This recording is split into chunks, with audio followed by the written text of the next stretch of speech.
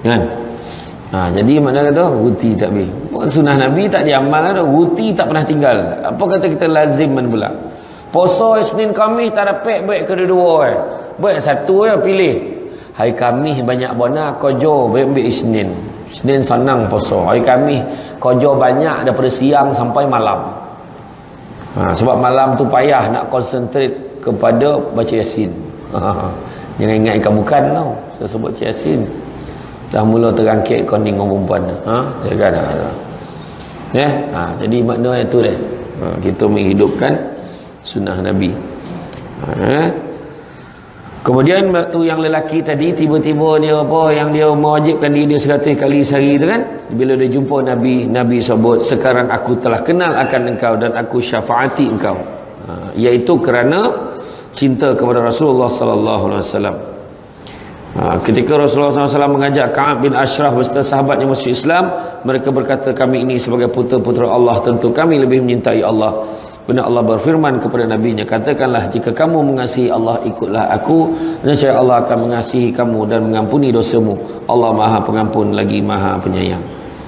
Tanda menyintai Allah adalah mengikuti perintah-perintahnya, mendahulukan taat kepadanya, mencari redha-Nya. Adapun cinta Allah kepada hamba-Nya mukmin bererti memuji mereka, memberi pahala kepada mereka, mengampuni mereka serta memberi nikmat kepada mereka dengan rahmat, penjagaan dan taufiknya, bagi kekuatan kepada kita. Barang siapa mengaku 4 hal tanpa bukti 4 hal, pengakuannya adalah dusta.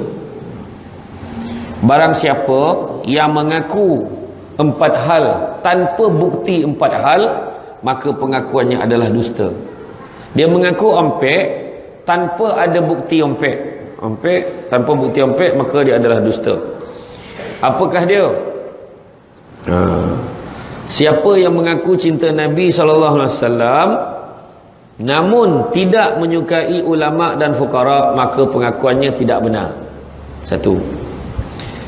Lalu barang siapa mengaku takut akan pengakuannya tidak benar, barang siapa mengaku takut akan neraka tetapi tidak meninggalkan maksiat, tanda dia dusta. Dia kata dia takut neraka tapi maksiat selamba. Dan tak buat maksiat, dia fikir maksiat tu zina je.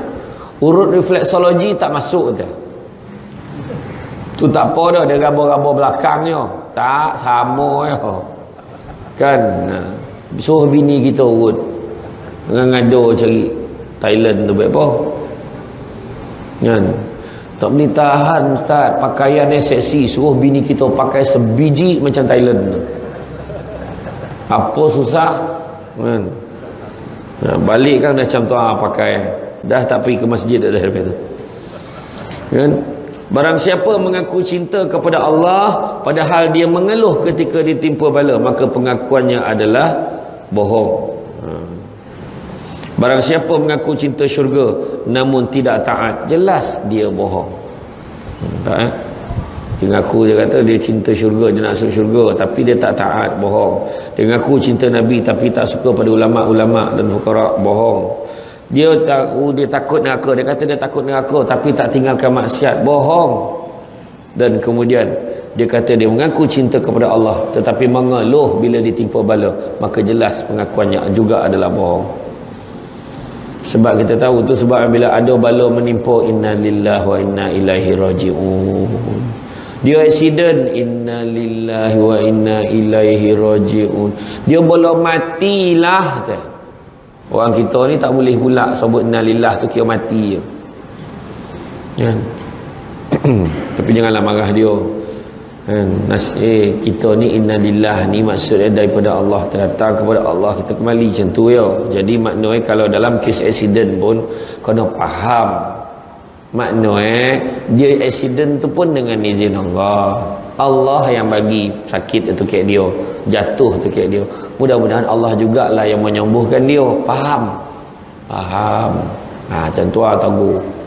Innalillahi wa inna raji'un. Dia belum mati lah. Bangang tu simpan sikit. Kita kat tu kan. Jangan macam tu kasar mana tu. Bangang jangan tunjuk kat orang tu. Tak. Kan? Yalah kita pun mula-mula lu tak tahu ya, kan? Sebenarnya Rabi'ah pernah bersyair, engkau derhaka tetapi mengaku cinta padanya. Inilah keanehan zamanku. Jika benar engkau cinta, tentulah mentaatinya selalu. Pencinta akan taat pada kekasihnya. Tanda mahabbah adalah mengikuti dicintai dan tidak akan menentangnya. Dikatakan bahawa apabila unta sedang mabuk cinta, unta pun mabuk cinta. Unta. Atau dalam bahasa Jawa disebut sebagai camel. Kan? Kalau unta mabuk cinta, dia tak mau makan sampai 40 hari. Punya teruk unta ni. Dia dah syok pakai betina, unta betina kan. So, feeling ni. Tak mau dia makan. 40 hari tak makan sebab dia ada kan dekat bonggol tu dalam tu kan ada bekalan makanan air dalam tu. Tu dia relax je. Kan? Kalau dibebankan dengan barang yang berlipat kali ganda, dia tetap dia akan bau. Ketika hati dia asyik mengingat kekasihnya, maka dia tidak suka makan dan tidak merasa berat dia muati barang berlipat ganda. Itu demi cintanya. Jika demi cinta seekor unta mahu meninggalkan syahwatnya dan sanggup menanggung beban berat, adakah engkau telah meninggalkan syahwat diharamkan demi kerana Allah? Itu soalannya. Unta ni dia tak kira tau. Dia pikul je, jalan ni macam mana pun. Kan? Ya, sudahkah engkau meninggalkan makanan dan minuman kerana Allah? Apakah engkau telah sanggup mengikul kebaikan itu? Makan pengakuanmu adalah kosong belaka. Tidak berguna di dunia maupun di akhirat, di sisi makhluk ataupun di sisi Khalik. Kan? Sanggup tak kita? Kan? Kalau Nabi boleh hikit paut Nabi tu, letak batu keliling tu sebab nak tahan paut itu supaya tak ni kan. Kenapa kita? Kan? Habis pagi raya cuba tengok makan semacam ni. Lomang sekejap sebatang-sebatang buluh balun. Sebuluh di balun. Dah makan togak. Lepas tu mulalah.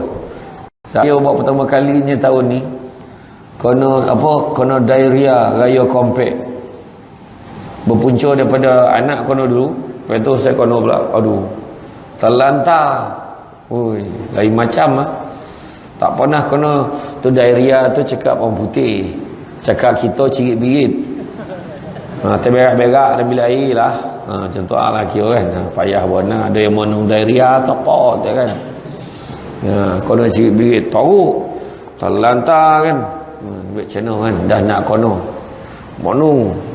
Macam tu masa tu. Allah. Tu lah salah. Dah sakit ingat lagi Allah kan. Itulah dia. Orang kita macam tu lah. Termasuklah yang bercakapnya. Cakap orang ni dah samalah sendiri kan. Diceritakan dari Ali karamallahu wajhah, dia berkata, barang siapa merindukan syurga tentu akan cepat dan suka berbuat kebajikan. Mana kita ikut Nabi lah. Nabi buat kebajikan. Nabi kalau tolong orang tu lagi cepat daripada angin yang dikirim. Nabi tolong dan memang Nabi tolong. Kita pun sayang Nabi, kita pun ikut macam tu. Barang siapa takut kepada neraka, tentu dia akan tahan nafsunya dari segala keinginan. Dan barang siapa yakin akan mati, maka tidak akan begitu selera kepada kelazatan.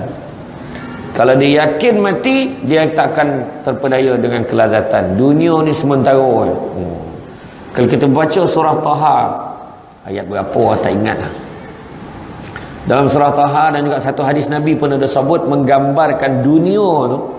Dunia ni sebagai bunga. Dunia, janganlah kamu terpedaya dengan bunga dunia ni. Bunga ni kenapa digambarkan dunia sebagai bunga? Sebab apa bunga? Bunga ni apa sifat cantik, wangi. Kan? Jadi kalau orang tu tak sabar, dia akan potik bunga tu. Bunga baru berputih, dipotik bunga tu, maka dia akan merancatkan pembangunan pokok tu. Akhirnya bila bunga tu dah tak ada, tinggal batangnya. Batang daun tadi pun mati. Akhirnya pokok tu tak ada nilai, buang menyomak je.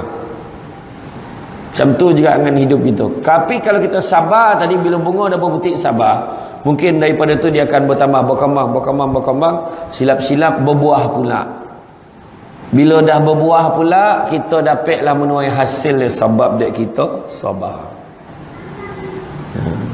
Barang siapa yang meletakkan dunia sebagai matlamat hidupnya, nescaya dia akan tertipu. Letaklah dunia sebagai matlamat, confirm kena tipu. And then kalau dan dapatlah duit 100,000 tu, dan dah boleh relax. Ayat orang kita. Dapat lagi tak relax. Macam-macam nak diboli, macam-macam nak ni. Dunia semua dunia.